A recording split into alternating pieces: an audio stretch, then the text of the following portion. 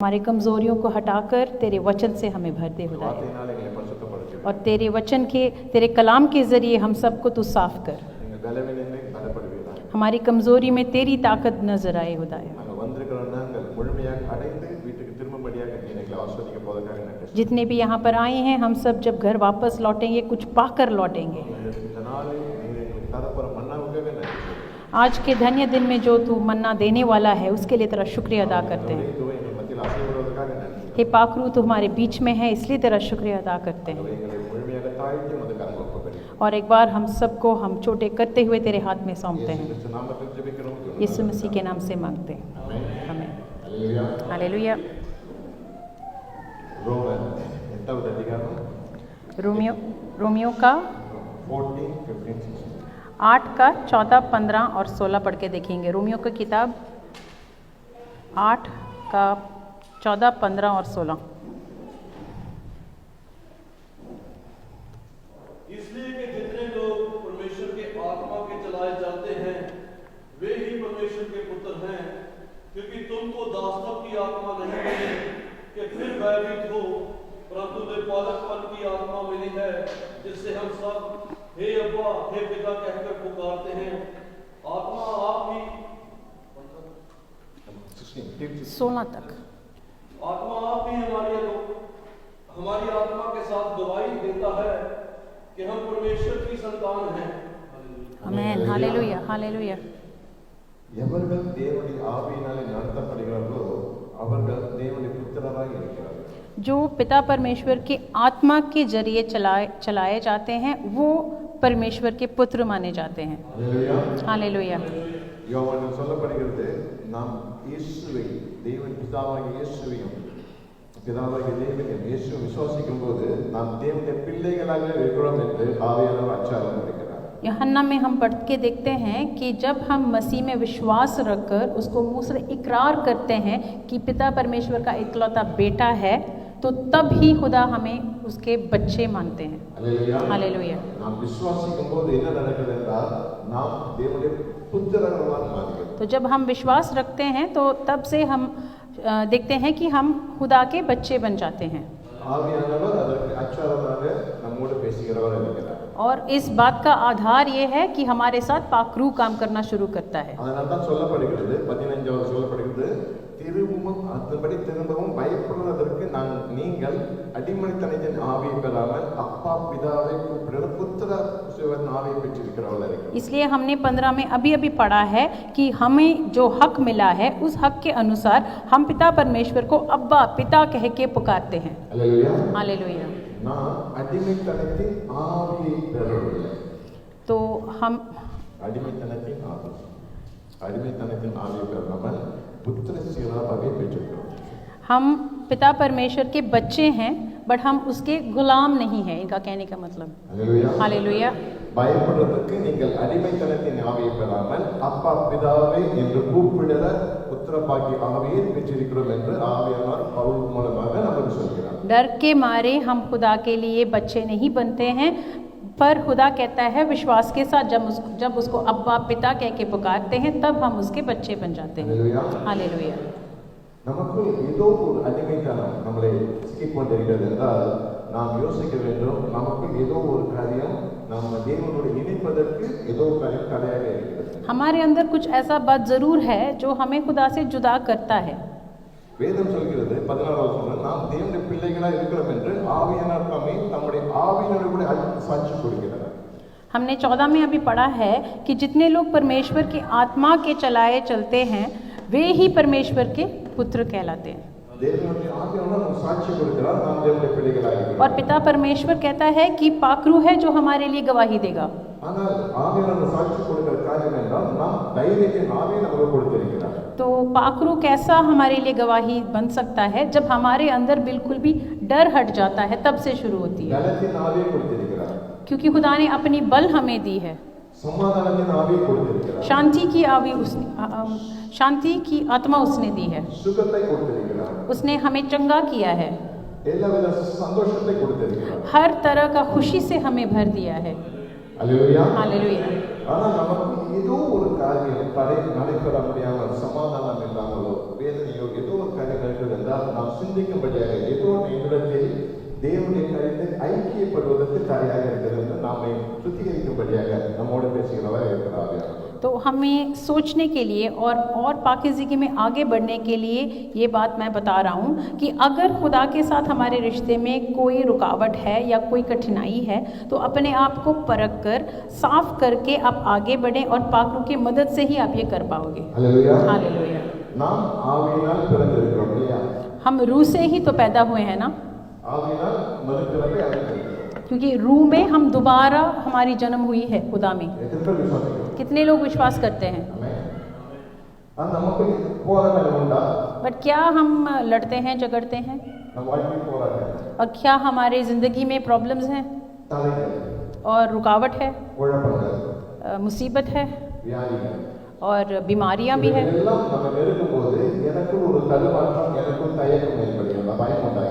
तो जब इन चीज़ों का मैं सामना करता हूँ क्या मेरे अंदर डर पैदा हो जाता है? तो डर क्यों आ रहा है? हमारे अंदर ताकत होनी चाहिए ना, हमारे अंदर बल होनी चाहिए ना.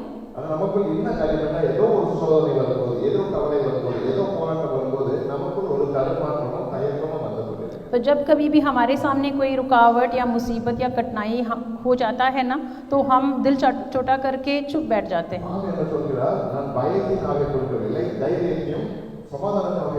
पाकरू कहता है डरने वाली आत्मा से मैंने आपको नहीं भरा है, तो आप डरते क्यों हो?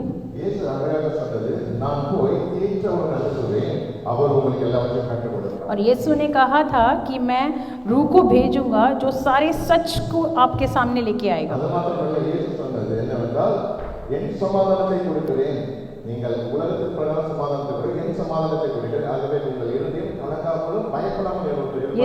यीशु ने ये भी कहा था कि मैं मेरी शांति आपको दे रहा हूँ, जो दुनिया देती है तसल्ली, झूठी शांति वो नहीं, बट मेरा जो शांति खुदा पिता परमेश्वर ने मुझे दी है मैंने आपको दी.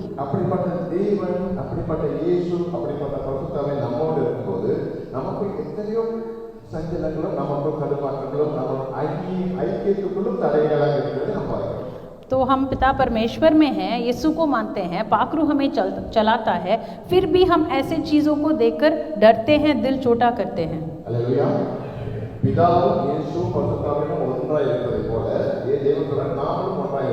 जैसा पिता परमेश्वर, यीशु, पाकरू एक हैं, वैसे भी खुदा चाहता है कि हम सब भी एक बने.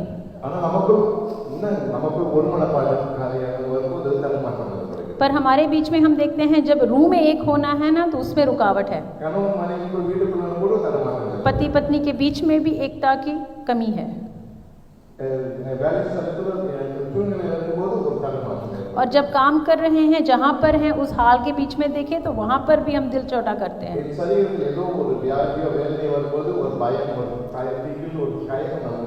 शारीरिक तौर पर अगर मुझे कोई बीमारी हुई तो मुझे डर आ जाता है कि मुझे क्या हुआ. ये सब जो आप सोचते हो ये सब नॉर्मल है.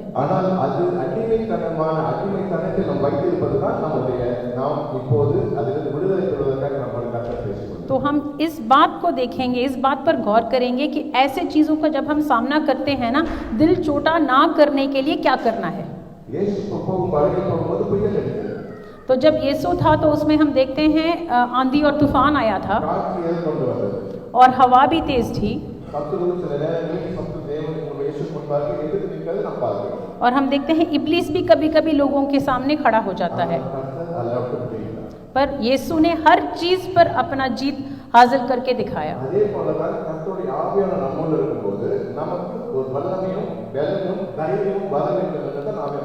वैसे ही अगर वाकई में खुदा का रूह हमारे अंदर मौजूद है तो वो बाहर से भी नजर आएगा.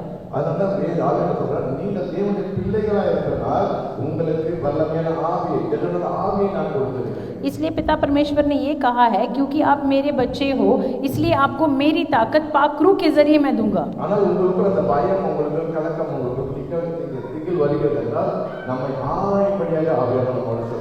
पर ये सब होने के बावजूद अगर आपके दिल में या मन में डर है तो अपने आप को परखने के लिए ये आप परख कर देखें इस बात को लेकर कि डरते क्यों हैं. हम जोशुआ की किताब में पहला चैप्टर में पढ़ेंगे. 7 ना जोशुआ उसका 7 chapter 7 7th chapter, 4th and 5th. 4 और 5। जोशुआ 7 उसका 4 और 5। इसलिए कोई 3000 पुरुष वहां गए, परंतु एक के रहने वालों के सामने से भाग आए। तब एक के रहने वालों ने उनमें से कोई 36 पुरुष मार डाले और अपने फाटक में शबारीम तक उनका पीछा करके तराई में उनको मारते गए। तब लोगों का मन पिघल कर जल सा बन गए। हालेलुया। யோசுவாவுடன் தேவன் சொன்னது, நான் உன்னோட இருந்து உன்னை கரம் பிடித்து வழி நடத்துவேன். तो जोशुआ ने ये कहा था, परमेश्वर ने योशुआ को ये कहा था कि मैं तेरे साथ साथ चलूंगा और मैं तेरे साथ ही रहूंगा। ஆனால் இந்த இடத்துல என்ன நடக்கிறது என்றால், யோசுவா அந்த இடத்துல தடுமாற்றமான ஒரு சூழ்நிலைக்குள் கடந்து போகிறார். पर इस वचन को जब हम पढ़ते हैं तो उसका हाल ये था कि वहां पर उसको डाउट हो रही थी कि क्या हो रहा है। கானானுக்குள் கடந்து போவதற்கு அந்த பட்டணம் எரிகோவை ஜெயித்தார். ஆனால் சிறு பட்டணமான அந்த ஆயி பட்டணத்தை ஜெயிக்க முடியாமல் தடைபடுகிறது. एरिको को तो उसने जीत लिया, बट अभी आई को देखकर उसको डर छा गया उसके दिल में। ஆனால் தேவன் யோசுவாவோடு, நான் உன்னை கரம் பிடித்து வழி நடத்துவேன். पर खुदा ने कहा था, मैं तेरा हाथ थामकर तुझे चलाऊंगा। மோசேயோடு இருந்ததை போல நான் உன்னோடு இருப்பேன். जैसे मैं मूसा के साथ था वैसा तेरे साथ रहूंगा। நான் உனக்கு எல்லாவற்றையும் ஆலோசனை கொடுத்து உன்னை வழி நடத்துவேன். मैं हर चीज को तुझे समझाऊंगा और तुझे सिखाऊंगा। அதே போல தான் எரிகோவை தேவன் உடைத்தார். तो वैसे ही खुदा ने करके दिखाया था योशुआ को। ஆனால் ஆயி பட்டணம் என்று வரும்போது அதற்கு ஒரு பெரிய தடை ஏற்படுகிறது. तो इस आई में जब पहुंच गए तो हम देखते हैं वहां पे एक रुकावट आ गई है। அவங்களால அந்த இடத்துக்கு கடந்து போக முடியாமல் போராடி கொண்டிருக்கிறார். वो वहां पे जा नहीं पा रहा था, वो कर नहीं पा रहा था जो खुदा ने कहा। அது எப்படி போராடி இருந்தால் 7வது அதிகாரம் 8வது வசனத்தில் நாம் பார்க்கிறோம். उसका 8वां वचन पढ़ के देखेंगे। 8th verse. हाय प्रभु, मैं क्या कहूँ जब इस्राएलियों ने अपने शत्रुओं को पीठ दिखाई। அல்லேலூயா. பாருங்க என்ன சொல்றாருன்னா, ஆண்டவரே, இஸ்ரவேல் தங்கள் சத்துருக்கள் முன்பாக முதுகை காட்டினார்கள், இப்பொழுது நான் என்ன சொல்லுவேன் என்று கஷ்டப்படுகிறார். हम देखते हैं बिकॉज वो 8 और 9 है 8 9। अब 8 और 9 और एक बार पढ़ें प्लीज। केल्विंगे विरुद्ध। ஓகே. हाय प्रभु, मैं क्या कहूँ जब इस्राएलियों ने अपने शत्रुओं को पीठ दिखाई है, क्योंकि कनानी वर्ण इस देश के सब निवासी यह सुनकर हमको घेर लेंगे और हमारा नाम पृथ्वी पर से मिटा डालेंगे। फिर तू अपने बड़े नाम के लिए क्या करेगा। हालेलुया। தேவன் அந்த இடத்துல அவரோடு இருக்கிற உண்மைதான். वहां पर आप देखें परमेश्वर उनके साथ है யோசுவாவும் அவரோட பேசுகிறார். और योशुआ भी बात कर रहा है, ஆனால் சூழ்நிலை வேறு விதமாக இருக்கு. पर हाल ठीक नहीं है। அவர்கள் தோற்று போகிற காரியமும், हम देखते हैं कि उसको लगता है कि वो हार जाएगा और डर रहा है எதிர்கொள்ள முடியாமல் இருக்கிற காரியமும், और सामना नहीं कर पा रहा है। அவருக்கு ஜனங்கள் மறிக்கிறதும் வேதனைப்படுகிற காரியமாக இருக்கிறது. और क्योंकि लोगों की मौत हो रही है तो उसको और तकलीफ हो रही है அதுக்கு ஒரு சொல்யூஷன் தெரியாமல் அவர் தேவனிடத்தில் கதறிக் கொண்டிருக்கிறார். और वो खुदा की तरफ पूछ रहा है कि मैं क्या करूं। அதற்கு தேவன் பேசுகிற காரியம் என்னவென்றால், और खुदा ने जवाब क्या दिया। 10வது வசனம் எப்படியாக சொல்கிறது, 10वां वचन पढ़ेंगे। அப்பொழுது கர்த்தர் யோசுவாவை நோக்கி, எழுந்திரு, ஏன் இப்படி முகம் குப்புற விழுந்து கிடக்கிறாய் என்றார். यहोवा ने यहोशू से कहा, उठ खड़ा हो जा, तू क्यों इस भांति मुंह के बल पृथ्वी पर गिरा पड़ा। அல்லேலூயா. हालेलुया। அந்த இடத்துல சூழ்நிலை வேறு விதமாக இருக்கிறது. वहाँ पे हाल ठीक नहीं है, தோற்று போய் கொண்டிருக்கிறார்கள். लग रहा है कि वो हार रहे हैं। தேவன் வழி கானானுக்கு போகிற வேண்டிய இடத்தில் அவர்கள் தடுமாறி கொண்டிருக்கிறார்கள். खुदा उनके साथ है, फिर भी उनको डर हो रही है। தேவன் வாக்குத்தத்தம் கொடுத்தார், खुदा ने उनको वायदा दी நான் உன்னிடமிருந்து கானானுக்கு அழைத்து செல்வேன், कि मैं तेरे साथ रहूंगा और तुझे चलाऊंगा நீ அந்த கானானை பங்கிடுவாய் என்று சொன்னார். और तू कनान में वाकई में जाएगा। ஆனால் இந்த இடத்துல கிட்ட போகும்போது பெரிய தடுமாற்றம், என்ன செய்வது என்று தெரியாமல் தடுமாறி கொண்டிருக்கிறார். पर यहाँ पे देखते हैं जब नजदीक पहुंच गए वहां पे उसके अंदर डर आ गया। ஆனால் தேவன் சொல்ற, ஏன் அழுகிறாய் என்று கேட்கிறார். तो खुदा पूछता है तू डर क्यों रहे, रो क्यों रहे। அல்லேலூயா. சிந்திக்க முடியாது. सोचने के लिए पूछा। சூழ்நிலை வேறு விதமாக இருக்கிறது. हाल ठीक नहीं थी யோசுவாவுடைய கவலை வேறு விதமாக இருக்கிறது. और योशुआ का सोच भी अलग थी தேவனுடைய பேசுவது காரியங்கள் வேறு விதமாக இருக்கிறது. और खुदा के साथ बात कर रहा है वो भी कुछ अलग चल रहा है। சிந்திக்க முடியாது. सोच कर देखें, நம்முடைய காரியங்களும் அப்படிதான்.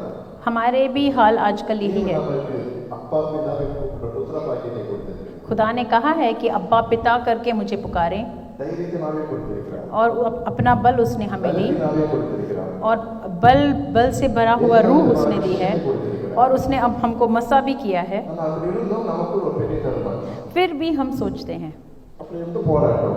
और उसके बाद तकलीफ होती है। ஏன் இந்த காரியம் நடைபெறுகிறது? ये सब क्यों हो रहा है? சிந்திக்க முடியாது. सोच कर देखें। அவர் கானானுக்கு போவதற்கு ஒரு தடை இருந்தது. कनान के अंदर जाने में कोई रुकावट थी, கேட்கிறார், என்ன தடை?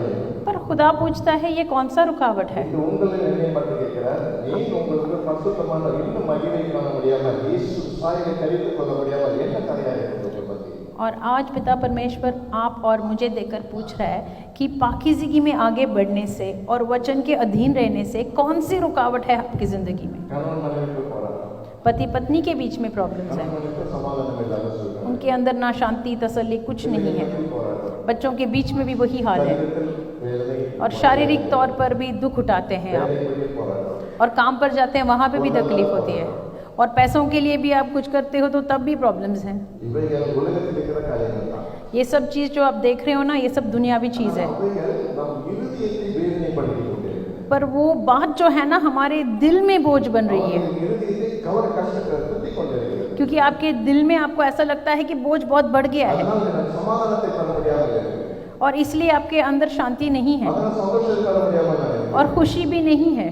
ஏன்னா தேவன் எனக்கு சமாதானத்தை சொல்றது, தேவன் இயேசு சொல்றது, என் சமாதானத்தை நான் உனக்கு கொடுக்கிறேன், உலக பிரகாரம் கொடுக்கவில்லை, உன் இருதயம் கலங்காமலும் தெரியாமல் இருப்பதாக இயேசு எனக்கு சொன்னார். पर हम देखते हैं कि यीशु ने ये कहा है कि मेरी शांति मैं तुम्हें देता हूँ, दुनियावी जैसी शांति नहीं बट मेरी शांति मैं तुझे देता हूँ, तो आप ना डरें और आप सब्र रखें। நமக்கு ஏன் இந்த போராட்டம்? तो हम क्यों झगड़ते हैं? நமக்கு சொப்ப அடிக்கடி நம்ம சோர்ந்து போகிறதோட இருக்கிறோம். तो दिल छोटा करते हैं बार बार। அதுக்கு என்ன முதல் காரியம், என்னால் ஜெபிக்க முடியாமல் போகிறது. तो पहली बात उसका जो अंजाम है ये है कि दुआ नहीं कर पाओगे ஜெபத்துக்கு பதில் கிடைக்க முடியாமல் போகிறது. और दुआ का जवाब भी नहीं आएगा, நம்ம செய்யற காரியங்களுக்கு தரமாற்றமாக और जो भी काम करते हैं उसमें भी प्रॉब्लम्स होती है। என்னால் தேவனோடு என் இருதயத்தோடு என்னோடு ஒழுங்காக செயல்பட முடியாமல் இருக்கிறது. मैं मेरे पूरे दिल से खुदा के साथ बात नहीं कर पाता, ஏனென்றால் இவைகளெல்லாம் என் சிந்தனையை அழுத்திக் கொண்டிருப்பதால் எனக்கு செயல்பட முடியாமல் क्योंकि ये सारी दुख दर्द तकलीफ सब कुछ मेरे दिल में बसा हुआ है। சொன்னார். पर यीशु कहता है, சொன்னது, உன் இருதயம் கலங்காமலும் தெரியாமல் இருப்பதாக. यूहन्ना 16 में खुदा ने कहा है दिल में ना बोझ उठाना है ना डरना है। அல்லேலூயா. हालेलुया। தேவன் சொன்ன இருதயம். खुदा ने कहा है दिल के बारे में। அல்லேலூயா. हालेलुया। அப்ப யோசுவாவுக்கு சொல்லப்படும் போது ஏன் இந்த பிரச்சனை என்று சொல்லப்படும் போது அங்கே தேவன் சொல்கிறார், உன்னிடத்தில் ஒரு பாவம் இருக்கிறது, அந்த பாவத்தின் நிமித்தம் நான் அந்த இடத்தில் உனக்கு நன்மை செய்ய முடியாமல் இருக்கிறேன். तो जब योशुआ ने कहा कि ये हो क्यों रहा है, ये रुकावट क्यों है, तो खुदा ने जवाब में ये कहा कि एक गुनाह है जो तेरे बीच में छिपा हुआ है, और उस गुनाह के उस बीच में मौजूद होने के कारण से मैं तेरा आशीष रोक के रख रहा हूँ। என்ன பாவம்? ये कौन सा गुनाह है? அந்த இடத்தில் ஒருவன் அந்த ஒருத்தவன் ஒரு விக்கிரகத்தை தேவனுக்கு விருப்பமான அருவருப்பான விக்கிரகத்தை வைத்து வந்தான். हम देखते हैं लाखों लोगों के बीच में एक बंदा है जिसके हाथ में कोई मूर्ति था। எரிகோவில் அந்த காரியம் நடைபெறவில்லை, ஆனால் ஆயப்பட்டத்தில் அந்த காரியம் நடைபெற்றது. जेरिको में ये नहीं हुआ, बट जब आई में थे तो उस शहर में ये हो रहा है।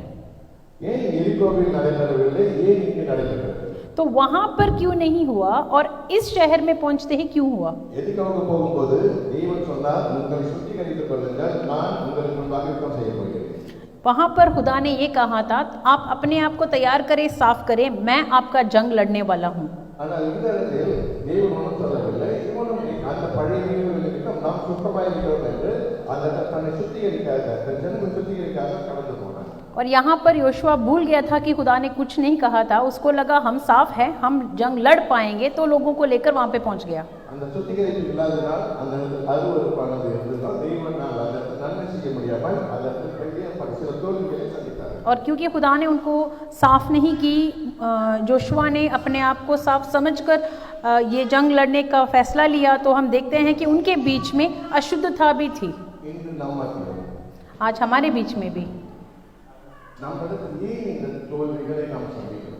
हमें हार क्यों बार बार होती है? ஏன் என்னுடைய தேவனுடைய வார்த்தை என்னால் முழுமையாக கடைபிடிக்க முடியாமல்? क्यों खुदा के कलाम को पूरी तरीके से मैं कर नहीं पा रहा हूँ?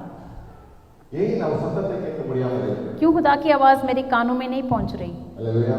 சிந்திக்க முடியாது. सोच कर देखें। ஏன்னா நம்முடைய சிந்தனையானது இன்று வார்த்தையானது வேதம் சொல்கிறது, இரவும் பகலும் தியானிக்கிறவன் பாக்கியவான். क्योंकि हमने कलाम में ये देखा है कि दिन रात खुदा के कलाम पर ध्यान करने वाला बंदा जो है ना, वही धन्य है। அல்லேலூயா. हालेलुया। அதுல ஒரு சம்பவம் பார்ப்போம் அப்போஸ்தலர் 9வது அதிகாரம் हम देखते हैं एक्ट्स में। தேவன் 3 மனிதர்களை நாம் பார்க்க போகிறோம், பார்த்துவிட்டு ஜெபிக்க போகிறோம். 3 மனிதர் தேவனோட பேசுகிற, தேவன் மனிதர் பேசுகிற 3 மனிதர்களை நாம் பார்த்துவிட்டு ஜெபிக்க போகிறோம். 3 மணி நேரம் 3 மனிதர்கள் 3 मनीदर। हम 3 इंसानों के बारे में इसमें पढ़ेंगे एक्ट के 8 में। முதலாவது மனிதர் பவுலை குறித்து நாம் பார்க்கிறோம்। तो पहला इंसान हम देखेंगे पौल। பாருங்க, பவுல் 9வது அதிகாரத்தில் பார்க்கிறது, அவர் கிறிஸ்துவை கொலை செய்யும்படியாக ஸ்பிரிச்சுவலை கொலை செய்யும்படியாக வந்து கொண்டிருக்கிறார்। पौलुस के बारे में जब हम पहली दफ़ा पढ़ते हैं तो एक्ट की किताब में चैप्टर 9 में लिखा है कि जो मसीही हैं उनका कत्ल करने वाला बंदा है। பாருங்கள், 9வது அதிகாரம் 5வது வசனத்தில் சொல்லப்படுகிறது, आप 9 का 5 पढ़ के देखें। தேவன் கேட்கிறார் 4வது வசனம், அப்பொழுது சவுலே சவுலே நீ ஏன் துன்பப்படுத்துகிறாய் என்று தன்னுடனே சொல்கிற ஒரு சத்தத்தை கேட்டார்। 4 और 5। और मैं भूमि पर गिर पड़ा और यह शब्द सुना, हे शाऊल तू मुझे क्यों सताता है? उसने पूछा, हे प्रभु तू कौन है? उसने कहा, मैं यीशु हूँ जिसे तू सताता। हालेलुया। அதற்கு பவுல் சொல்கிறார், சத்தம் தான் கேட்கிறது, பேதும் ஒன்றும் கேட்கிறது, சத்தம் கேட்கிறது। पौलुस के कान में सिर्फ आवाज आ रही है। அதற்கு அவன் சொல்கிறார், ஆண்டவரே நீ யார்? और उसने जवाब में ये पूछा, हे प्रभु तू कौन है? அதற்கு கர்த்தர், நீ துன்பப்படுத்துகிற இயேசு நான்। और खुदा कहता है, मैं यीशु हूँ जिसको तू सताता है। Hallelujah hallelujah. பாருங்கள், தேவன் ஒரு மனுஷனுக்கு தெரிந்தபடியால் தேவன் பேசுகிற சத்தத்தை அவன் கேட்கிறவனாக இருக்கிறார்। अब देखें, जब पिता परमेश्वर ने फैसला लिया है कि किसी इंसान के साथ बात करना है तो उस इंसान को भी वो आवाज़ उसके कान में सुनाई देगी। आज कितने लोग हैं जो कह सकते हैं खुदा की आवाज़ आपके कानों में पड़ती है? हालेलुया। हम हर रोज़ दुआ करते हैं, रोज़ा रख के दुआ करते हैं, सुबह सुबह दुआ करते हैं, 3 दिन का रोज़ा भी रख के दुआ करते हैं, पर क्या आपके कान में खुदा की आवाज़ पहुंच रही है?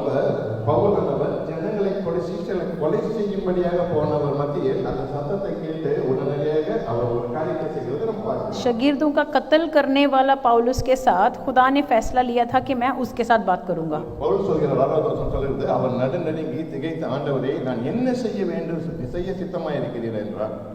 आ रहा, आप 6 पढ़ के देखें कि पौलुस ने जवाब में क्या बताया। जी 9 का 6। परंतु अब उठकर नगर में जा और जो तुझे करना है वह तुझे से कहा जाएगा। वो पूछता है खुदा से कि मैं क्या करूं। हालेलुया। हालेलुया।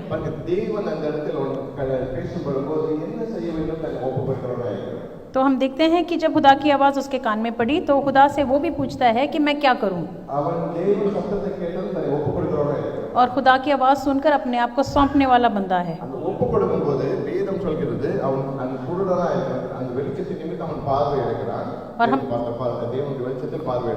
और हम देखते हैं जब खुदा ने उसके दिल को छू लिया, उसके साथ बात करना शुरू किया, जैसे अंधों को खुदा ने देखने का गिफ्ट दी है, वैसे ही पौलुस का भी दिल खोल गया और वो उठकर दमिश्क में पहुंच गया। और वहाँ पर हनन्याह की तरफ जाता है और हनन्याह को यीशु कुछ कहता है। वहाँ पर खुदा कहता है कि मेरा एक शागिर्द है, वो दुआ कर रहा है वहाँ पर, और वो मेरे साथ बात ही कर रहा है मेरे साथ, और उसके साथ जाके मिल। हालेलुया। उस वचन में लिखा है, 11वां वचन में क्या लिखा है, आप उसको पढ़ें।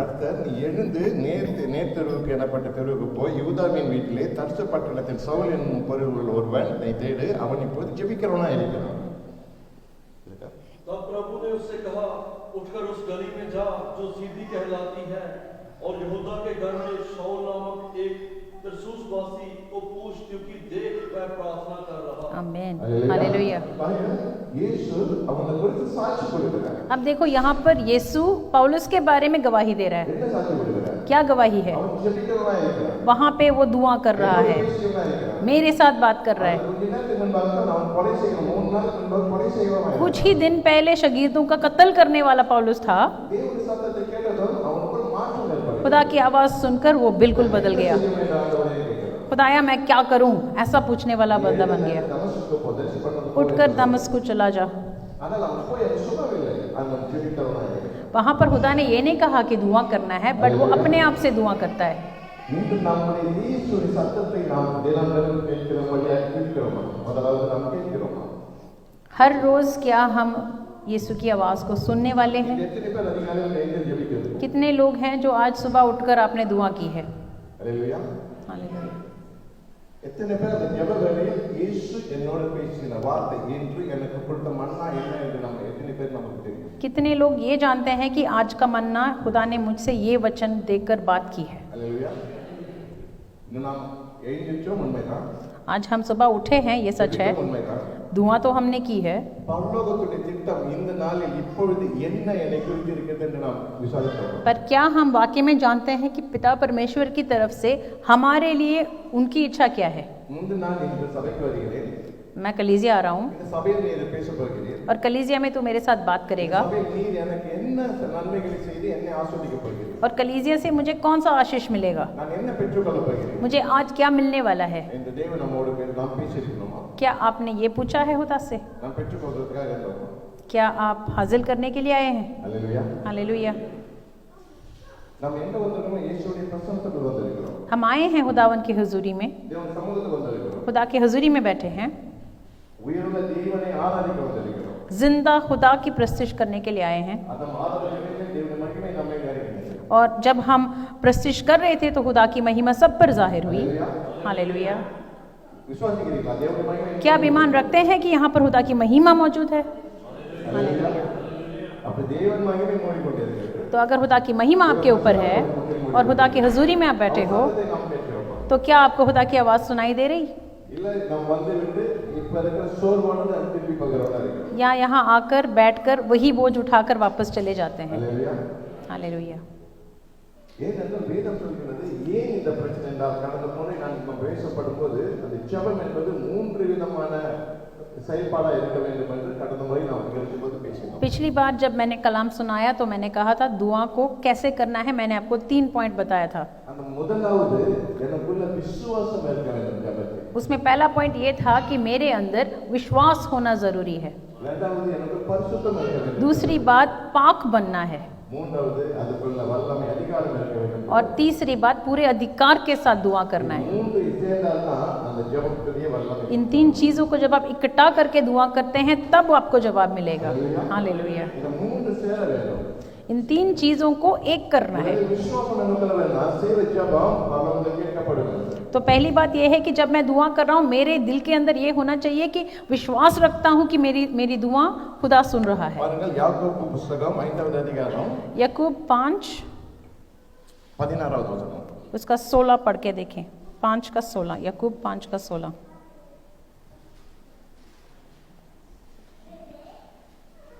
इसलिए तुम आपस में एक दूसरे के सामने अपने अपने पापों को मान लो और एक दूसरे के लिए प्रार्थना करो, जिससे चंगे हो जाओ। धर्मी जन की प्रार्थना के प्रभाव से बहुत कुछ हो सकता है। அல்லேலூயா. हालेलुया। வேதம் சொல்கிறது, நீதிமான் செய்யும் ஊக்கமான வேண்டுதல் மிகவும் பலனுள்ளதா இருக்கும். वचन में लिखा है धर्मी जन की प्रार्थना के प्रभाव से बहुत कुछ कर सकते हैं। हालेलुया। कौन सा दुआ? நீதிமான். धर्मी बनना है दुआ करने से पहले। हालेलुया। 2 கொரிந்தியர் 5:21 சொல்லுது. दूसरा कोरिन्थियां 5 का 21 अंजिरुतोंडा। दूसरा कोरिन्थियां 5 का 21। Second Corinthians 5 का 21 5:21।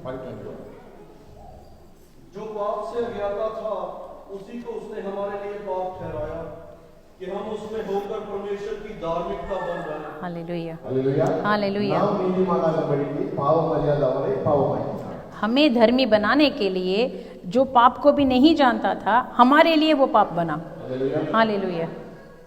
பாருங்கள், விசுவாசம் என்பது இயேசுவுடைய விசுவாசம் என்பது எப்படி இருக்கும் என்றால் நாம் நீதிமானாகிவிட்டோம். அல்லேலூயா. तो विश्वास, यीशु में विश्वास ये है कि विश्वास रखते ही हम धर्मी बन जाते हैं। எனக்குள் போராட்டம், பாவம், பிரச்சனை, கோபம், எரிச்சல் இந்த பக்கம் இருக்குது.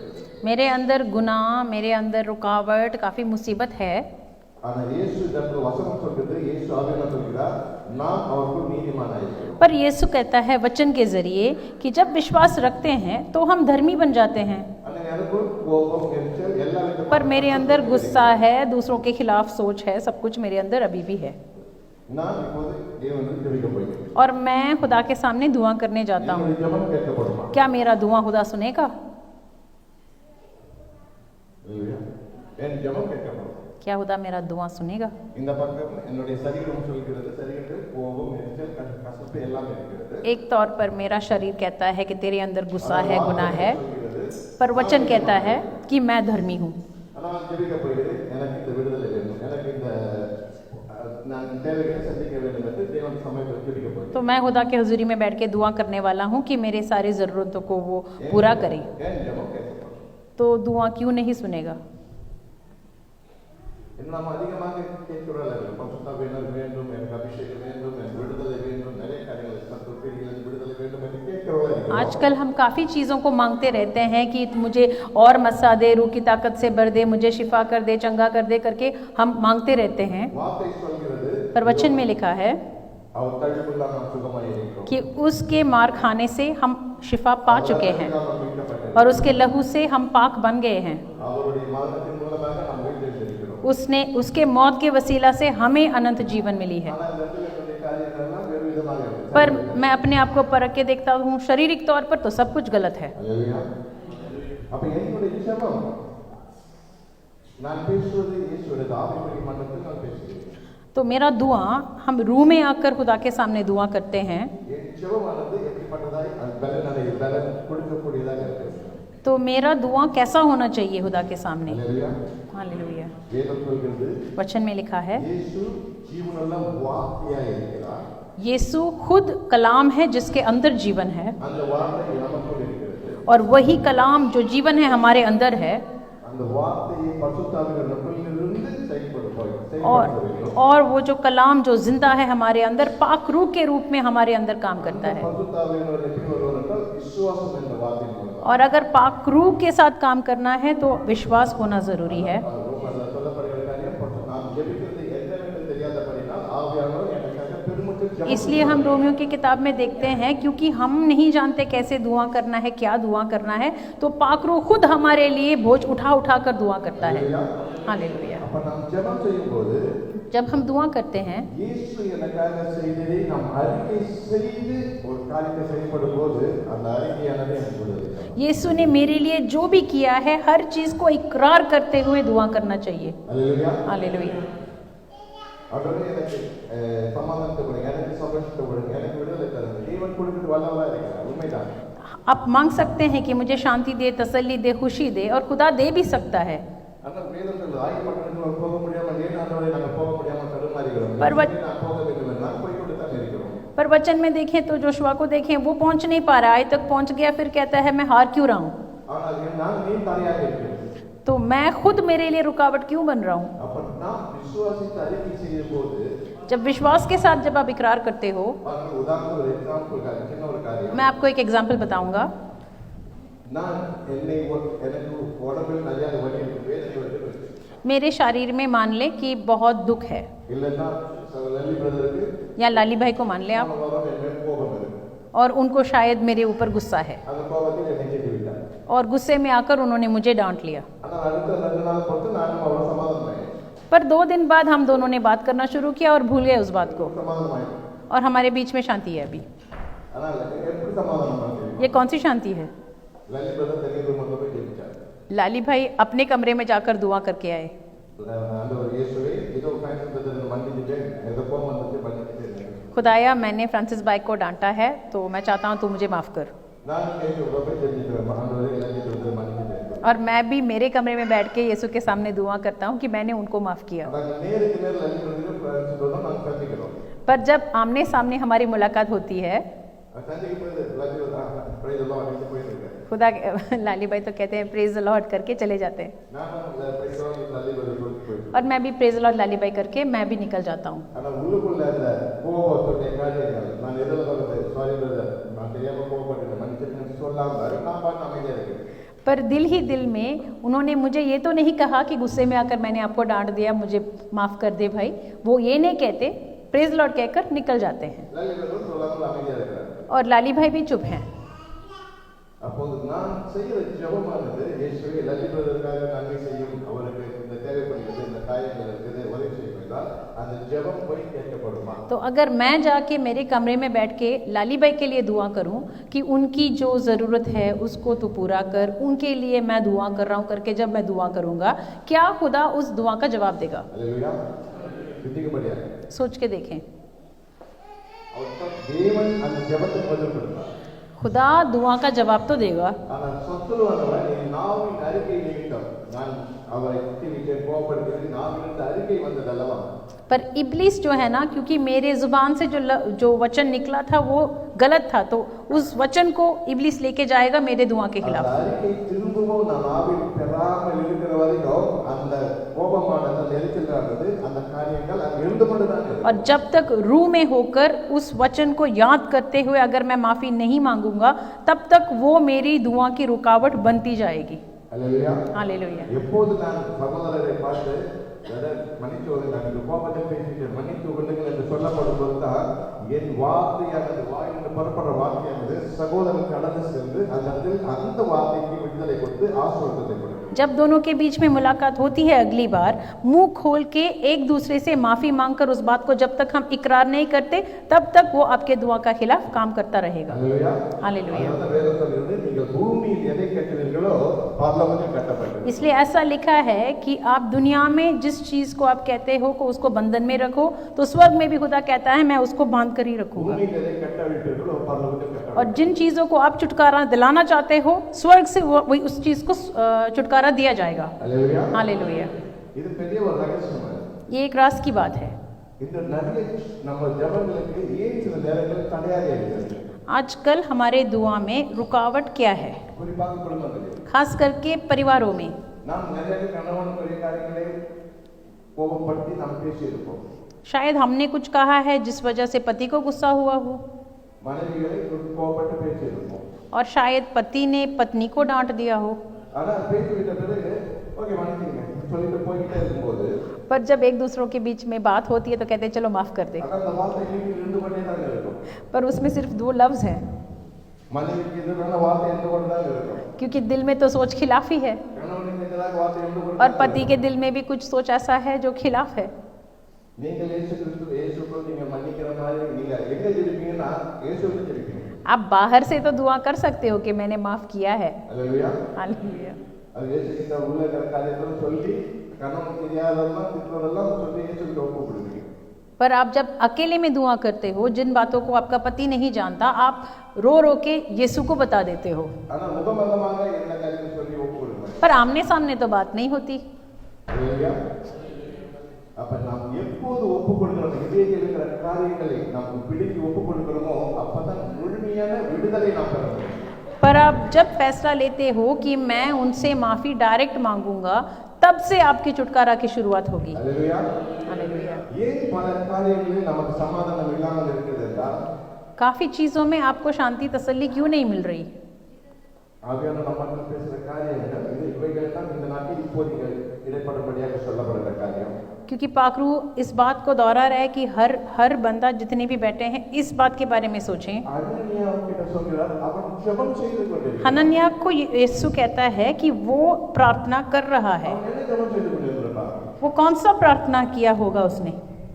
இயேசுவே இதோ நான் இவ்வளவு நாட்கள் இந்த 9 பிள்ளைகளை சீஷர்களை நான் பரிசீலனை என்னை மன்னியும்। शायद पौलुस ने ये कहा होगा कि इतने दिनों से तेरे शागिर्दों को, तेरे बच्चों को मैंने दुख दी। காலத்தில் சொல்லப்படுகிற காரியத்தை ஜெபிச்சிருப்பார்।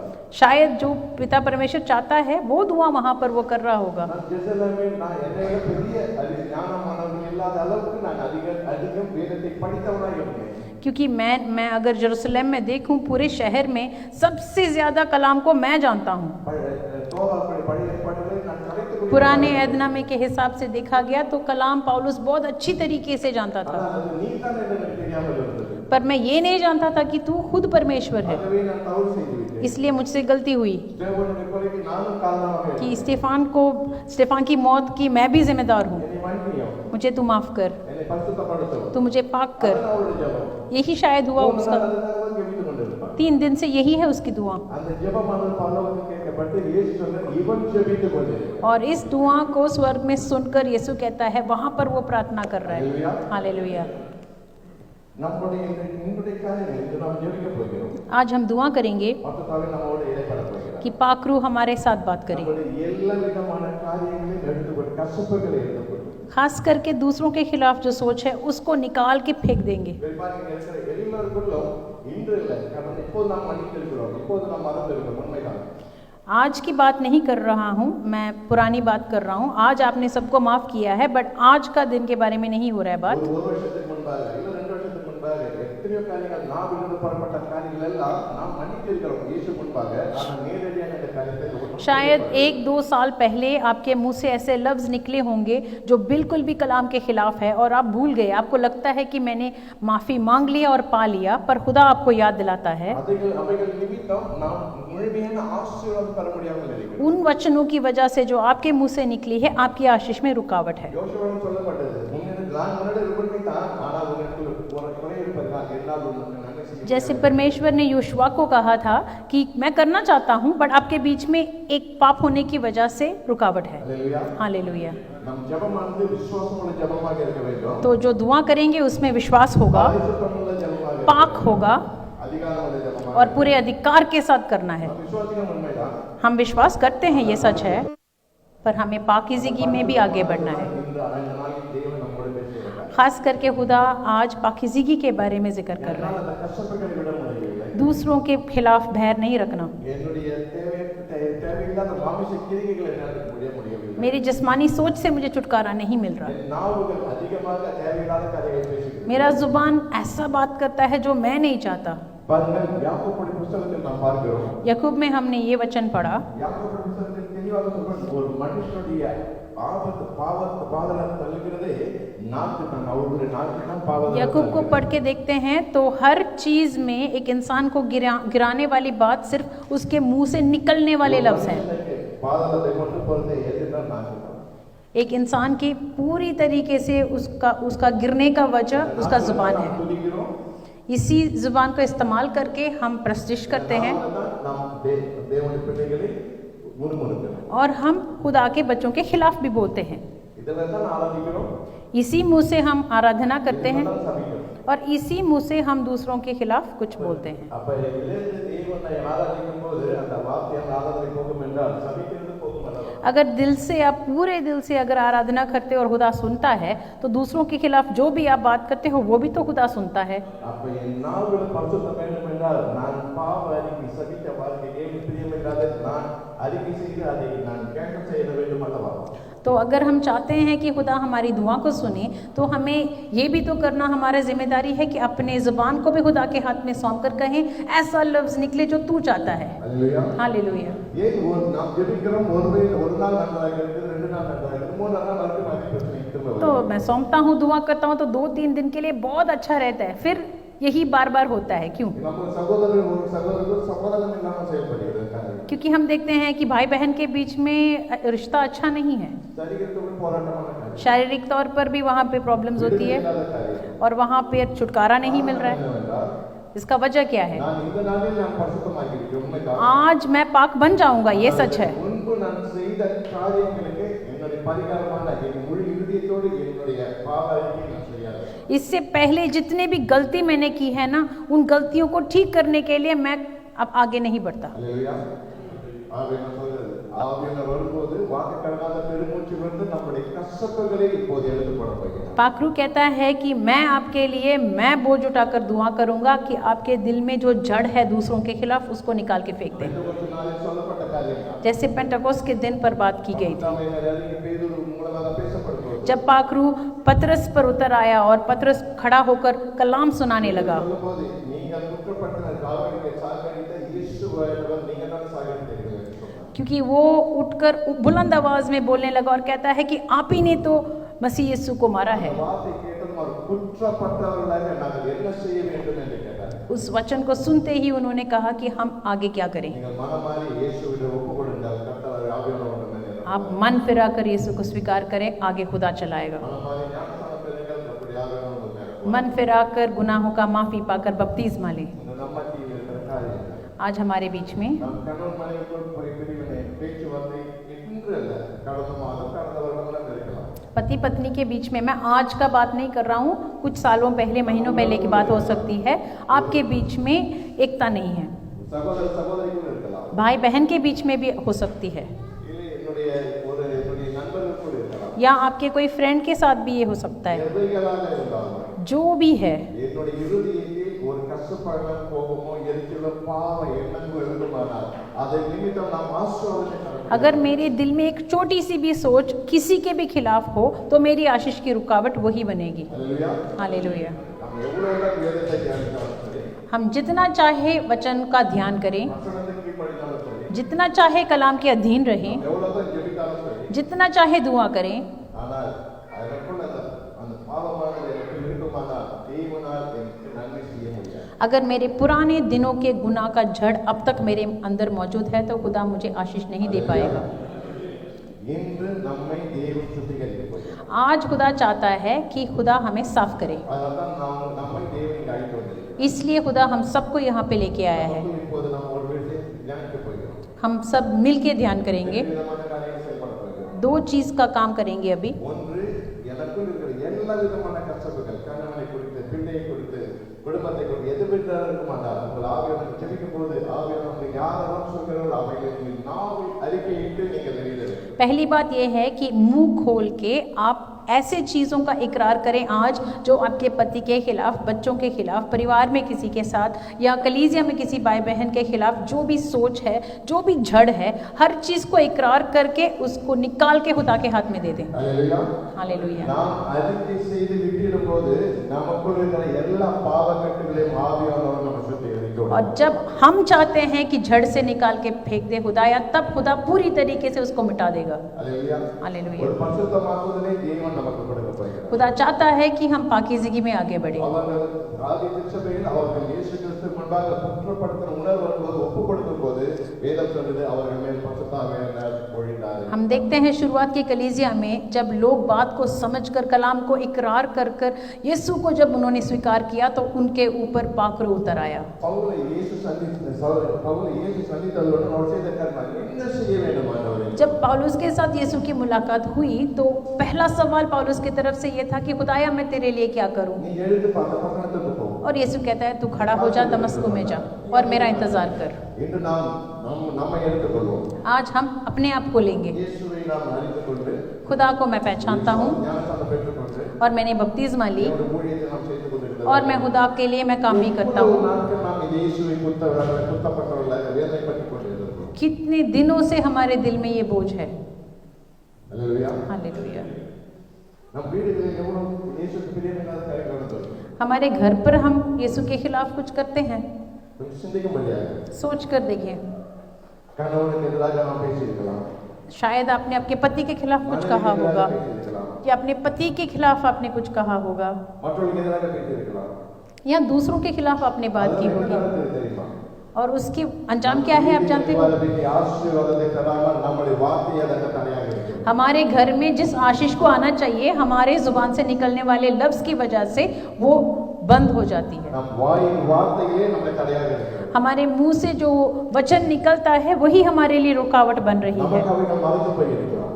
शायद हम भूल जाते हैं। ஆனால் சத்துரு அதையெல்லாம் வைத்துக் கொண்டு இந்த நிமிடம் வரை நம்முடைய ஆசீர்வாதத்தை தடை செய்து கொண்டு इब्लिस कभी भी नहीं भूलता और इस पल तक वो हमारे खिलाफ जाकर इल्जाम लगा रहा है। அல்லேலூயா. हालेलुया। அந்த தடைகளை இப்போது ஆவியானவர் உடைத்து போடுகிறார். उन रुकावट को पाखरू चाहता है कि आपकी जिंदगी से उसको निकाल दें। இரண்டாவது காரியம், और दूसरी बात, இன்னொரு காரியத்தை நம்முடைய ஆவியானவர் நமக்கு तो पाखरू कहता है कि वो हर एक को भरना चाहता है। வேதம் சொல்கிறது, वचन में लिखा है, ஆவியானவர் சொல்கிறார், पाखरू कहता है இந்த வல்லமை சொல்கிறது कि खुदा की तरफ से उसकी जो ताकत है அவருடைய தழும்புகளால் நாம் சுகமாயிருக்கிறோம். उसके मार खाने से हम शिफा पाए हैं.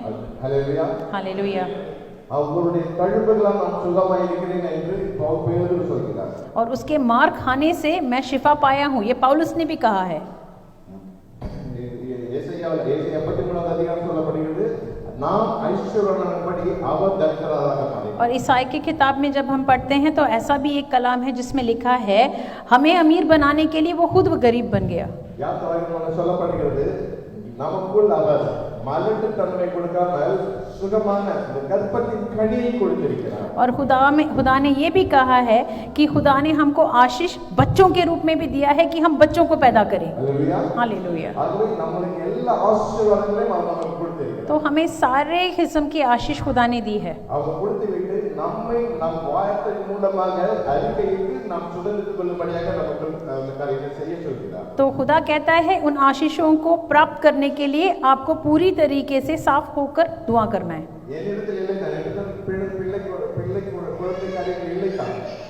शायद मेरे पास बच्चा नहीं है, पर जब मैं इकरार करूंगा जैसे खुदा ने हन्ना को उस दिनों में दिया था वैसा मुझे भी देगा, जैसे मनस्से को दिया था वैसा आपको भी देगा, जैसे एलिजाबेथ को उसने दी वैसे ही देगा. खुदा आपके को आशीष से भर सकता है.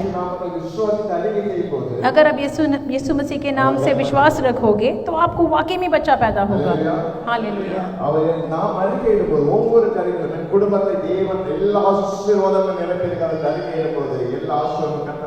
तो जो आप मुंह से इकरार करके कहोगे कि मेरे परिवार की जितने भी आशीष के रुकावट हैं सारी रुकावट को तोड़ दे, खुदा तोड़ देगा.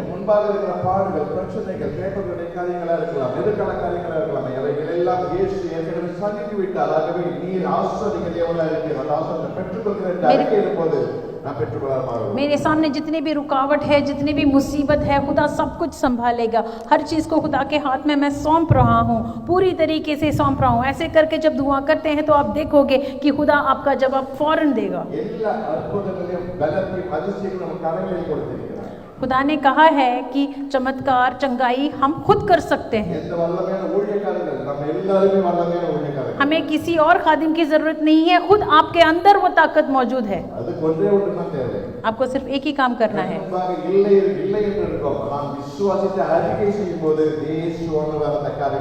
शायद आपके सामने कुछ नहीं है, बट मुंह से विश्वास के साथ कहना है कि मेरे पास सब कुछ है.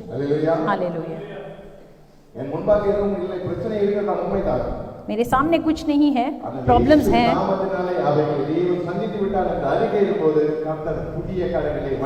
पर यीशु मसीह के नाम से मेरे सारी जो जरूरत है सब पूरा हो गए. जब ऐसा कहकर हम दुआ करेंगे तो खुदा कहता है मैं कर दूंगा.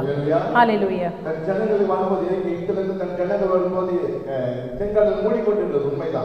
जब लोग मिस्र से निकले और आए थे तो उनके सामने समंदर था, ये सच है, और वो डर के मारे वहां पर सोच रहे हैं कि क्या करना है. पर खुदा ने मूसा को कहा कि मैं समुंदर को 2 हिस्सों में मैं बांट दूंगा, और उसने समुंदर के बीच में से रास्ता उनके लिए निकाला. उसने समुंदर में पहले से उनके लिए एक रास्ता बना के रखा था, बट मूसा को उसने तब दिखाया जब वो चाहता था कि दिखाएं. हालेलुया.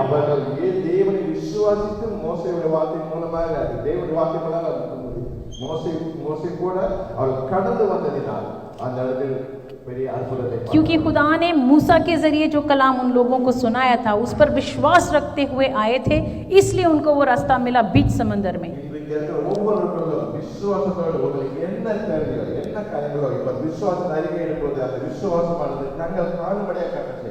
आज जितने भी यहाँ पे आए हैं, जब आप पूरे दिल से सच्चाई के साथ खुदा के सामने दुआ करोगे तो खुदा आपको देने वाला है. पौलुस को जिस खुदा ने की है वही खुदा आज हमारे लिए भी करने वाला है. पतरस को जिस खुदा ने दी है वही खुदा आज हमें भी देगा. ஹல்லேலூயா. हालेलुया। அதுக்கு ஒரே ரெண்டு காரியம் தான். ஒன்று நமக்குள்ள கஷ்டப்பட்டவர்களை எடுத்து போட்டு நம்மை பரிசுத்தப்படுத்த போகிறோம். सो दो काम ही करना है। पहली बात यह है कि हमारे अंदर जो भी कलाम के खिलाफ के सोच हैं उसको झड़ से निकाल दें। இரண்டாவது விசுவாசத்தோடு அறிக்கை செய்ய போகிறோம். और दूसरी बात पूरे विश्वास के साथ इकरार करना चाहिए। பரிசுத்தம் அதிகாரத்தோடு நாம் செயல்படணும். और जो विश्वास की इकरार आप करने वाले हो पूरे पाकीज़गी और अधिकार के साथ करना है। நாம் இங்கிருந்து இப்போது பெற்றுக்கொண்டு போகிறோம். आज हम हासिल करके ही जाएंगे। ஹல்லேலூயா. हालेलुया। வீட்டுக்கு போய் நான் இனி தடுமாற்ற போகிறதில்லை. घर जाके हम 2-3 बार नहीं सोचेंगे, பலன் கொண்டு எழுந்து கடந்து போகிறவளா மாற போகிறோம். क्योंकि हमारे अंदर खुदा का बल और ताकत मौजूद है। हम करने वाले बन जाएंगे। விசுவாசிக்க வேண்டும். आपको विश्वास रखना है தேவனுடைய ஆலயமாய் இருக்கிறது. कि आप खुदा के हैकल हैं। உங்களுக்கு தேவ ஆவியான आपके अंदर खुदा का रूह बसा हुआ है உங்களுக்கு தேவ ஆவியான வல்லமை செயல்படும். और खुदा का रूह का ताकत आपके अंदर काम करेगा। இயேசு கிறிஸ்து மூலமாய் ஜீவனுள்ள தேவனை பெற்றுக்கொள்கிறீர்கள். और यीशु मसीह के वसीला से हमें भी अनंत जीवन मिली है। हालेलुया। हालेलुया। அப்படியே நாம் ஒரு விஷயம் செய்வோம். हम खड़ा होकर सौंप कर दुआ करेंगे। हम कुछ ही मिनट निकाल के दुआ करेंगे। முழுமையாக ஜீவனுக்கு ஒப்புக்கொடுங்கள். आप पूरे दिल से खुदा के सामने सौंपें। உங்களை தேவன் இன்று ஆசீர்வதிக்கப் போகிறார். आज खुदा चाहता है कि आपको आशीष दे। मूसा को जो बताया गया, நீங்கள் பரிசுத்தம் பண்ணிக்கொள்ளுங்கள். आज आप पाक बन जाएं। உங்களை நான் சந்திக்கப் போகிறேன். मैं आपसे बात करने वाला हूँ। அவர் பரிசுத்தம் பண்ணினவுடன் जब आप पाक बन जाओगे, தேவன் ஆயி பட்டணத்தை முழு முறியடித்து அவர் கரங்களில் ஒப்புக்கொடுத்தார். खुदा ने उस शहर को भी जोशुआ को दिया। நீங்கள் பரிசுத்தம் பண்ணினவுடன் अभी आप जब पाक बन जाओगे, உங்கள் வேதனைகள் எல்லாவற்றையும் தேவனுக்கு ஒப்புக்கொடுங்கள். दिल में जो भी गुस्सा है, बैर है, जड़ से निकाल दें। दिल से सौंपे। உங்கள் இதயத்தில் ஒப்புக்கொடுக்கும் போது जब आप दिल से सौंपोगे, ஆவியானவர் உங்கள் மேல் இறங்குவார். पाक रूह आपके अंदर आएगा। உங்களோட பேசுவார். पाक रूह आपके साथ बात करना शुरू करेगा। யாரெல்லாம் மன்னிக்க வேண்டும் கஷ்டப்படுறாங்க எல்லாத்தையும் ஆவியில் அறிக்கை செய்து ஒப்புக்கொடுங்கள். जिनको भी माफ करना है, जिनसे भी माफी मिलना है, हर चीज को इकरार करके अपने आप को पाक करें। இதயத்தை பரிசுத்தம் பண்ண आपके दिल को आप जितना पाक करोगे, वचन में लिखा है, இதயத்தை சுத்தமுள்ளவர் பாக்கியவான்கள் அவர் தேவனை தரிசிப்பார்கள். दिल में जो शुद्ध है वही है जो खुदा को देखेंगे। பரிசுத்தம் பண்ணும்போது தேவனுடைய மகிமையை காண்போம். अपने दिलों को आप शुद्ध करके देखें, आप खुदा की महिमा को देखोगे। பிறகு நாம் ஜெபிக்க போகிறோம். उसके बाद हम दुआ करेंगे। ஒவ்வொருவருக்கும் தேவன் இப்போது விடுதலை தரப்போகிறார். हर एक के अंदर खुदा छुटकारा दे। உங்களை தேவன் முன்குறித்து இங்கு வர வைத்திருக்கிறார். खुदा ने आपको बुलाया है यहाँ पर चुनकर। தேவன் தெரிந்து கொண்டதால் தான் நாம் வந்திருக்கிறோம். इस धन्य दिन को खुदा ने दिया है, इसलिए हम यहाँ आए हैं। கூனி வந்திருக்கும் போது இயேசு அங்க வந்தார். जो बीमार है जब आया था तो यीशु भी आया था। அந்த கூனியானவர் பல வருடங்களாக கூனியாக இருந்தார். और वहाँ पे जो बीमार बंदा है वो अब सालों से बीमार था। அதனால நாம் இங்கே வந்திருக்கிறோம். और हम भी आए हैं यहाँ இயேசு पर வந்திருக்கிறார். और यीशु भी आया है। நாம் இந்த நாளில் பரிசுத்தம் சுத்திகரிக்கப் போகிறோம். और आज पाक रूह हमें शुद्ध बनाएगा। ஆசீர்வாதத்தை பெற போகிறோம். पूरे दिल से हमें आशीष मिले, சமாதானம் உண்டாக போகிறது. एक दूसरे के बीच में शांति हो, பிள்ளைகளுக்கு விடுதலை. बच्चों के बीच में குடும்பத்தில் शांति हो, பொருளாதாரத்தில் விடுதலை. और परिवार में जो भी पैसों का प्रॉब्लम है सब मिट जाए। विश्वास के साथ मांगे। இதுவரை நீங்கள் விசுவாசத்தை பெற்றுக்கொள்ளாமல் போனால் और अगर आज भी आप नहीं पाओगे, இந்த நாளில் இப்போதும் கஷ்டப்பான இருதயத்தில் கஷ்டத்துக்கு வேதனைகளை எடுத்து போடுவார். पाक रूह कहता है दिल में दूसरों के खिलाफ जो भी बैर रखते हो उन सब चीजों को झट से निकाल के फेंक दो। இருதயத்தில் வேதனைகளை எடுத்து போடுவார். दिल से जो भी आप बोझ उठाते हो हर चीज को निकाल दो। जो भी आपके लिए बोझ बन रहा है, வாயை திறந்து அறிக்கை பண்ணுங்க. खुदा कहता है मुंह खोलकर इकरार करें। பலவீனத்தில் உன்னுடைய பலம் போறாங்க. உன்னுடைய பலவீனத்தில் என்னுடைய பலம். तेरी कमजोरी में मैं मेरा ताकत दिखाऊंगा। ஹalleluya. हालेलुया। இப்போ நாம் ஒப்புக்கொடுக்க போகிறோம். अभी हम सौंपेंगे। யாரெல்லாம் நீங்கள் பரிசுத்தம் பண்ண வேதம் சொல்கிறது பரிசுத்தம் உள்ளவர்கள் மேலும் பரிசுத்தமாகட்டும். तो वचन में लिखा है जितने भी पाक हैं और पाक बने। மோசே மலையில் தேவனோடு இருக்க தேவனுடைய மகிமை பொழிந்தது போல जब பரிசுத்தம் பண்ண தேவனுடைய அபிஷேகம் பண்ண போகிறது. जब मूसा पहाड़ों में था उसको ये भी पता नहीं चला कितनी देर हो गई है। खुदा के सामने जब था और नीचे आया तो लोगों ने देखा कि वो इतना रोशनी था उसके चेहरे पर। மனதில் என்ன காரியங்கள் உண்டோ அப்போ அறிக்கை செய்து ஒப்புக்கொடுங்க. आपके दिल में जो भी बोझ है आप मुंह से इकरार करके खुदा को दें। पिछले दिनों में, पिछले महीनों में, पिछले सालों में जो भी बात खुदा आपको याद दिला रहा है उन चीजों को आप मुंह खोलकर इकरार करें। खुदा आपको अभी याद दिलाएगा। आप सौंपें। हालेलुया। हालेलुया। अपने आप को हम सौंपते हैं, हम मुंह खोलकर, ओ यस लॉर्ड, हम मुंह खोल के सौंपते हैं अब्बा, सौंपते हैं खुदाया, सौंपते हैं खुदाया, अपने आप को सौंपते हैं अब्बा। हम दुआ करते हैं खुदाया, हम दुआ करते हैं अब्बा, हमारे बोझों को तू हटा दे, हमारे दुख दर्द को तू मिटा दे, हमारे जो भी खुदाया तेरे खिलाफ की सोच है, तेरे खिलाफ जो करते हैं, जो भी थोड़ी सी भी जड़ रह गई है, उन जड़ों को भी तू आज जड़ से निकाल दे अब्बा, कुछ भी ना रहे, साफ कर दे खुदाया, तू मिटा दे खुदाया, दुख दर्द को तू मिटा दे, दूसरों के खिलाफ भय रखने की बात को तू मिटा दे, दूसरों के खिलाफ की सोचो ऐसा ना हो खुदाया, उन चीजों को तू मिटा दे, हर रुकावट को तू मिटा दे, तू रास्ता दिखा सकता है खुदाया, ऐसे चीज जो तू पसंद नहीं करता अब्बा, ऐसे पापों को तू मिटा दे मेरी जिंदगी से, तू ऐसे गुनाहों को तू मिटा दे, तो तुझे अच्छा नहीं लगता खुदाया, मुझे ऐसा लगता है कि मैं ठीक कर रहा हूँ, पर तू कहता है नहीं, उसको छोड़ दे, ऐसे चीजों को छोड़ने की ताकत से तू भर दे अब्बा, ऐसे छोटे छोटे चीजों को तू याद दिला दे अब्बा, याद दिला दे अब्बा, जिन चीजों को तू पसंद नहीं करता, ऐसे चीजों को तू आज जड़ से निकाल दे अब्बा, तू जड़ से निकाल दे खुदाया। यस लॉर्ड, अभी और इसी वक्त अपने जीवन जल से मेरे दिल को, मेरे रूह को तू पाक कर अब्बा, तू पाक की जिंदगी में आगे बढ़ने की ताकत से भर दे, और पाक की जिंदगी और पाक बने खुदाया, और वचन में लिखा है जितने भी पाक है और पाक बने अब्बा, पाक की जिंदगी में आगे बढ़ने की नई रूहानी ताकत से भर दे अब्बा, नई रूहानी ताकत से भर दे अब्बा। ओ यस लॉर्ड, हम अपने आप को सौंपते हैं, हम अपने आप को सौंपते हैं, हम अपने आप को सौंपते हैं अब्बा। ओ यस लॉर्ड, हालेलुया।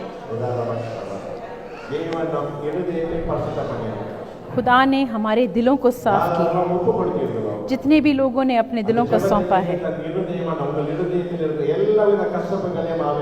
और जितने भी बंदों ने अभी अपने आप को सौंपा है, खुदा कहता है मैं झट से निकाल के फेंक रहा हूँ हर चीजों को, खास करके वो छिपी हुई गुनाह जो है, हर गुनाह को खुदा मिटा रहा है।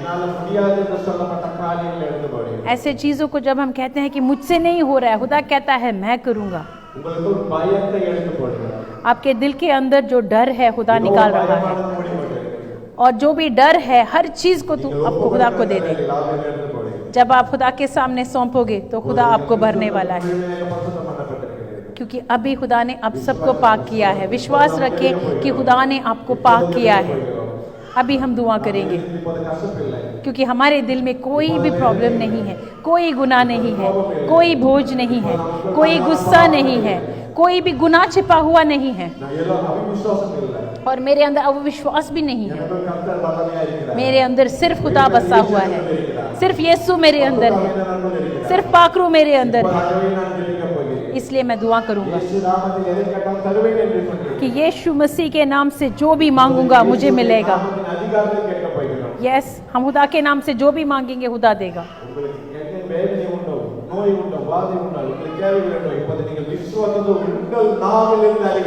अगर आपके अंदर कोई कमी है, बीमारी है, जो जरूरत है, तो आप खुदा के सामने पेश करें। खुदा करने वाला है। जितने भी हैं जो इकरार करने वाले हो, जहाँ पे 2-3 मौजूद है वहाँ पे यीशु है, और यीशु यहाँ हमारे बीच में है। जब हम रूह में एक होकर मांगेंगे और स्वर्ग हमारे साथ है, आज यीशु हमारे बीच में है, और पाकरू हमारे बीच में है, और हमारे बीच में फरिश्ते हैं। हमारे हर कमजोरी को मिटाकर अपना बल से बन और अभी और इसी वक्त छुएगा, हमारे हर जरूरतों को पूरा करेगा। मुंह खोल के हम अपने आप को सौंपे, हम मुंह खोल के अपने आप को सौंपे। तू तेरे रूह से भर दे, मुझे मस्सा कर दे अभी और इसी वक्त। मेरी सारी जरूरतों को तू पूरा कर, मेरे परिवार की सारी जरूरतों को तू पूरा कर। ऐसे करके हम दुआ करें। तू मेरे पति को तू छू ले, मेरे पत्नी को छू ले, मेरे बच्चों को तू छू ले, मेरे परिवार तेरे लिए खड़ा हो जाए, और हमारे परिवार में जो करना है तू कर खुदाया। Hallelujah hallelujah. वर्णन जरिए रूह में एक होकर दुआ करेंगे। रूह में एक होना जरूरी है। रूह में एक होना जरूरी है। ओ खुदाया तू छू ले अब्बा, तू छू ले अब्बा। जितने भी यहाँ पर दुआ कर रहे हैं अब्बा, जितने भी यहाँ पर दुआ कर रहे हैं खुदाया, तू हर एक का जरूरतों को पूरा कर अब्बा। तू उनको चला, एक नया मस्सा से भर दे, एक नया मस्सा से तू भर दे, उनको एक नई ताकत से भर दे अब्बा। यस लॉर्ड, ओ तेरी ताकत अब्बा, रूहानी ताकत यहाँ अभी और इसी वक्त अब्बा। यस लॉर्ड, पाकीज़गी में और आगे बढ़ना है अब्बा, पाकीज़गी में और आगे बढ़ना है। यस, तेरी महिमा से, तेरी महिमा से इनको भर दे, उनको आशीष दे, उनको आशीष दे। Yes Lord, yes Lord, hallelujah. हमारे बच्चों को तू छू ले, हमारे परिवारों में तू काम कर, हमारे दिल और दिमाग, हालेलुया, मेरे दिल और दिमाग में तू बस जा अब्बा। मेरी सारी जरूरतों को तू जानता है। मैं ईमान रखती हूँ कि तूने हर कमजोरी, हर बीमारी को तूने निकाल दिया है, मेरे हर जरूरतों को तूने पूरा किया है। Oh hallelujah, yes Lord, yes Lord. जितने भी, हालेलुया, जितने भी तकलीफ है अब्बा, हर तकलीफों को तू मिट रहा है अब्बा, तू मिटा रहा है खुदाया। ओ इसलिए तेरा शुक्रिया अदा करते हैं अब्बा, शुक्रिया अदा करते हैं अब्बा। ओ यस लॉर्ड, अभी और इसी वक्त अब्बा, यस लॉर्ड, तू भर दे खुदाया, तू भर दे अब्बा। Yes Lord, yes Jesus, hallelujah. अभी और इसी वक्त जितने भी भाई बहन अपने आप को सौंप रहे, तू उनको, हालेलुया, रुकी हुई आशीषों को दे दे, रुकी हुई आशीषों को दे दे। यस जीसस, करके दिखा, करके दिखा, करके दिखा, करके दिखा। ओ यस लॉर्ड, जितने भी कमजोर हैं, जितने भी कमजोर हैं अब्बा, उन सबको तेरी ताकत से तू भर दे। जितने भी कमजोर हैं उनको अपनी शांति और तसल्ली दे अब्बा। यस लॉर्ड, आशीष दे अब्बा, आशीष दे अब्बा, आशीष दे अब्बा। यस लॉर्ड, आशीष दे, बरकत दे अब्बा, उनको आशीष और बरकत से भर दे। Oh yes Lord, yes Jesus खुदाया, उनको आशीष और बरकत से भर दे अब्बा, उनको छू ले खुदाया, हर एक को तू छू ले अब्बा। Yes Jesus, hallelujah. Oh yes Jesus, hallelujah, हर एक को तू छू ले यीशु मसीह के नाम से, यीशु मसीह के नाम से, यीशु मसीह के नाम से, यीशु मसीह के नाम के अधिकार से। ओ हालेलुया, यीशु नाम से, यीशु के नाम से हर एक की कमजोरी, यीशु मसीह के नाम से हर एक की कमजोरी को तू मिटा दे अब्बा, और उनकी जो रुकी हुई आशीष है उनको भर दे अब्बा। यस लॉर्ड, यस जीसस, हर एक को तू भर दे खुदाया। Yes Jesus, hallelujah, hallelujah, hallelujah, hallelujah. நம் விசுவாசத்தோடு எதை கேட்டாலும் ஆவியானவர் நம்மை செய்ய வல்லவராயிருக்கிறார்। विश्वास के साथ जो भी हम मांगेंगे पूरा करने के लिए हमारे बीच में पाकरू मौजूद है। हालेलुया। தேவனால் கூடாத காரியம் ஒன்றுமில்லை। ऐसा कोई काम नहीं है जो खुदा नहीं कर सकता। அந்த தேவனை ஆராதிக்க தான் நாம் வந்திருக்கிறோம்। और उस खुदा की आराधना करने के लिए हम आए हैं। ஜீவன தேவன் நம்ம மத்தியில் இருக்கிறார்। और वो जिंदा खुदा हमारे बीच में मौजूद है। விசுவாசத்தோடு கேட்கப்பட்ட ஜெபம் இப்போது நன்மையை பெற்றுக்கொள்ள और विश्वास के साथ जितना भी दुआ हमने की है सबको जवाब मिली है। இப்போது நமக்கு விடுதலை கொடுத்திருக்கிறார் என்று விசுவாசி। और हम अभी शुक्रिया अदा करेंगे कि उसने हमें छुटकारा दी। அந்த ஒவ்வொருவருக்கும் தேவ ஆவியானவர் வல்லமை கிரியை செய்து கொண்டிருக்கிறார்। हर एक के अंदर खुदा का रूह काम करे। இந்த வாரத்தில் நீங்க சந்திக்க போற காரியங்களை இப்போது ஆசீர்வதிக்கிறார் என்று इस हफ्ते में जितने भी चीजों का सामना करना है हर चीज के लिए खुदा ने अभी से आपको ताकत दी। இதுவரை நீங்கள் இதுவரை பார்த்த எகிப்தியரை இனிமேல் காண மாட்டீர்கள்। आज तक जो आपके सामना करते आए हैं आज के बाद कभी खड़ा नहीं हो पाएंगे। உங்கள் முன்பாக இருக்கிற எல்லா தடைகளையும் ஆவியானவர் எடுத்து போடுகிறார்। आपके सामने हर रुकावट को खुदा निकाल रहा நீங்கள் है। விசுவாசத்தை அறிக்கை பண்ணும்போது தான் நீங்கள் நன்மை பெறுவீர்கள்। विश्वास के साथ जब इकरार करोगे तो आपको सारा आशीष मिलेगा। எங்கே ரெண்டு பேர்கள் மூன்று பேர் ஒருமனப்பட்டு ஜெபிக்கிறார்கள் விடுதலை உண்டு இயேசு। जहाँ पर 2-3 बंदे एक होकर दुआ करते हैं वहाँ पे सबको छुटकारा मिलती है। ஒருமனப்பட்டு ஆவியானவர் செயல்பட்டு கொண்டிருக்கிறார்। यहाँ रूह में एक होने की ताकत से हर एक को तू भर दे। இந்த இடத்துல ஒருமன ஆவியானவர் செயல்பட்டு கொண்டிருக்கிறார்। और यहाँ पर अभी रूह में एक होकर काम कर रहे हैं। உங்களுக்கு முடியாத காரியம் आज तक हम नहीं कर पाए இப்போது ஆவியானவர் தொடர்புகிறார்। पर अभी पाकरू ने हर एक को छू लिया है और पाकरू सबको छुटकारा दे रहा है। சந்திக்க போகிறார்। और आपकी जरूरतों को पूरा करेगा। எனக்கு செய்யும் போது நான் நடக்கிறேன். आप मुंह खोल के इकरार करें। நான் புறப்படுற வல்லமை தான் உங்களுக்கு ஜெயம் தரும். आपके जुबान से निकलने वाले लफ्ज आपको छुटकारा देगी, ஆவியான வாக்கு கடந்த பெருமூச்சுகளோடு உங்களுக்கு வேண்டுதல் வல்லமை. क्योंकि पाक रूह खुद बोझ उठा उठा कर आपके लिए दुआ कर रहा है। हालेलुया हालेलुया ஆமென். हालेलुया हालेलुया ஸ்தோத்திரம் ஆண்டவரே. हालेलुया। இதோ அவர்கள் யாரெல்லாம் விசுவாசத்தோடு ஜெபித்தார்களோ यहाँ पर जितने भी भाई बहनों ने विश्वास के साथ दुआ की, அந்த ஜெபத்திற்கு ஆமென் என்று பதில் தருவதற்காக उन दुआ के लिए तूने आमीन करके जवाब दी, இவர்கள் பெற்றுக்கொண்ட ஒவ்வொரு ஆசீர்வாதங்களுக்கும் நன்றி சொல்கிறோம். और हर एक की आशीष देने के लिए तेरा शुक्रिया अदा करते हैं। இந்த வார நாட்களில் இவர்கள் யாரெல்லாம் இவர்கள் ஆசீர்வதிக்கிறார்களோ அவர்களும் ஆசீர்வதிக்கப்பட போகிறார்கள். आज के बाद जितने लोगों को भी ये आशीष देंगे उनको भी तू आशीष दे खुदाए। இவர்கள் மகிமை அவர்கள் மத்திய உமது மகிமை இவர்கள் மத்திய கடந்து போவதற்காக நன்றி. तेरी महिमा इनके जरिए काम करे। அப்பா பவுலை சந்தித்தவுடன் உமது மகிமை கூடியதால் அவர் பவுல் எத்தனை சிஷ்யர்களை உருவாக்கினாரோ அப்படிப்பட்ட சிஷ்யர்களை உருவாக்கும்படியாக நீ உங்களை தொடர்பதற்காக जैसे तूने पौलुस को इस्तेमाल किया था वैसे ही इन सब के साथ तू बात करके बड़े बड़े कामों के लिए तू इस्तेमाल कर। இவர்கள் தேவையை சந்திக்க போவதற்காக நன்றி. इनके सारी जरूरतों को पूरा करने के लिए तेरा शुक्रिया अदा करते हैं, இவர்கள் கஷ்டங்கள் வேதனைகள் எல்லாம் எடுத்து போட்டு விதேக சமாதானத்தை சந்தோஷத்தை தருவதற்காக और इनके दिल में जो भी बोझ है आज तूने हल्का किया है और उनको खुशी से भरा है। இனி இவர்கள் வீடுகளில் நாவின் கோபம் வருத்தமான பேச்சுகள் நாவின் தொடாமல் இருக்க போவதற்காக நன்றி சொல்கிறேன். और घर वापस जाते ही इनके जुबान से कोई भी ऐसा लफ्ज ना निकले जो तू ना चाहता है। இவர்கள் நாவை இனி பரிசுத்தப்படுத்தி உமது கரங்களில் பாதுகாத்துக் கொள்வதற்காக நன்றி. इनके जुबान को पाक रखने के लिए इन सबको ताकत दे। குடும்பத்தில் இனி சமாதானம் சந்தோஷம் உண்டாகும்படியாக आज के बाद इनके परिवारों में सिर्फ खुशी हो। நாவுகளை நீர் ஆண்டு கொள்ளும்படியாக ஒப்புக்கொடுக்கிறோம். इनके जुबानों पर तू कब्जा कर। दो उमது துதிக்க மாத்திரம் அந்த நாவுகள் செயல்படும்படியாக सिर्फ तेरे लिए तेरे जलाल के लिए इस्तेमाल हो, மாத்திரம் பேசும்படியாக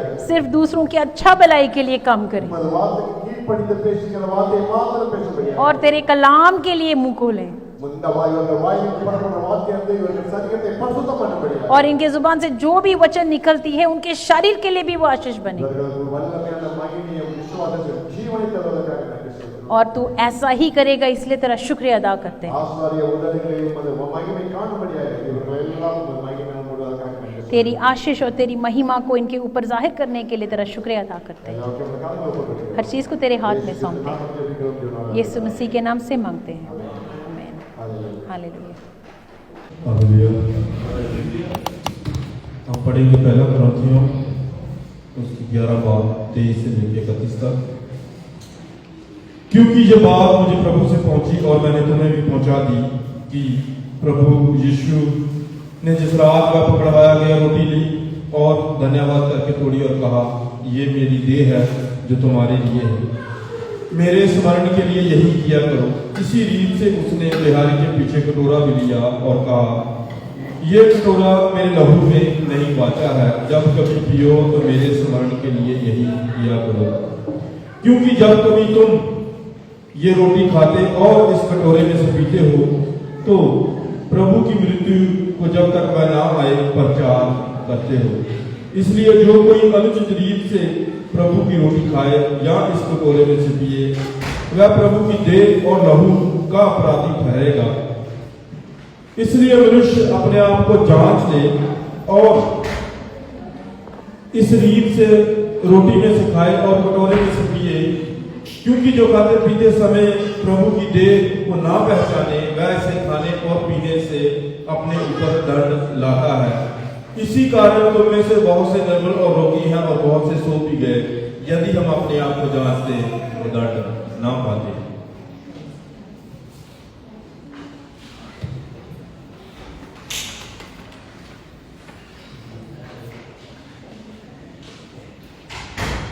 The same night which he was betrayed, took bread, and we had given thanks, he broke it and said, "Take, it is my body, which is broken for you. This is do remember." After the same manner, also he took the cup when he had supped, saying, "This cup is in the New Testament of my blood. This do is of me during in remember of me."